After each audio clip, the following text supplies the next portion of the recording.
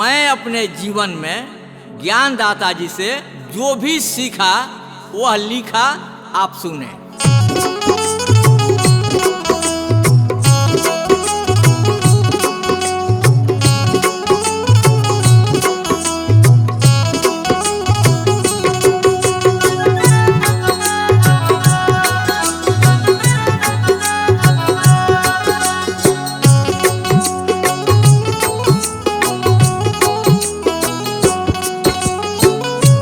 जबले दूध ना जमाई बा, जबले दूध ना जमाई बा, मलाई ना होई वो सहे प्रेम के बढ़ाई, लड़ाई ना होई वो सहे प्रेम के बढ़ाई, लड़ाई ना होई। जबले दूध ना जमाई बा, मलाई ना होई वो सहे प्रेम के बढ़ाई, लड़ाई ना होई वो सही प्रेम के बढ़ाई, लड़ाई ना होई।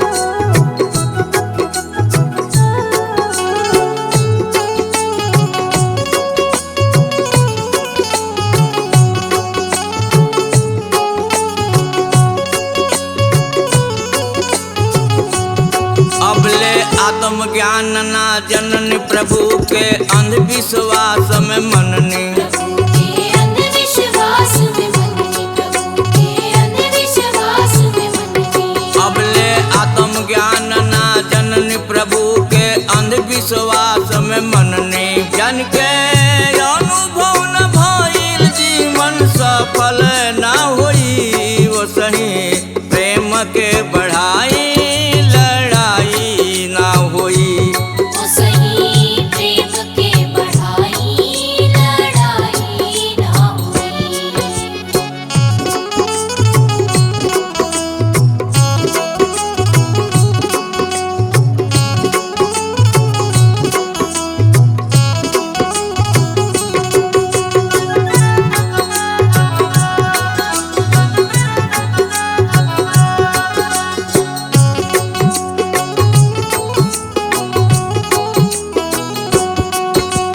समय के राजा, समय के पैदा, समय के पार खिचुड़ई है कैदा। समय के पर की छुड़ई है कैदा, समय के पर की छुड़ई है कैदा। समय के राजा, समय के पैदा, समय के पार खिचुड़ई है कैदा।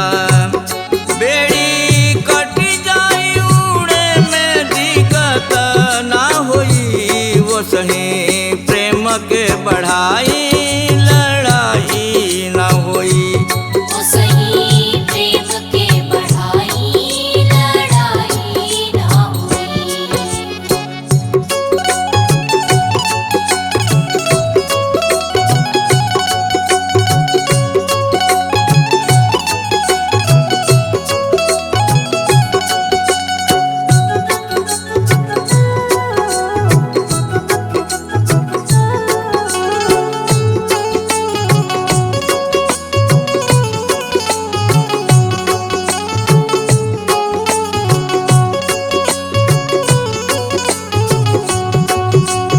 दस महंगू ई अनुभव कैनी, हिया में आनंद शांति पैनी। हिया में आनंद शांति पैनी, हिया में आनंद शांति पैनी।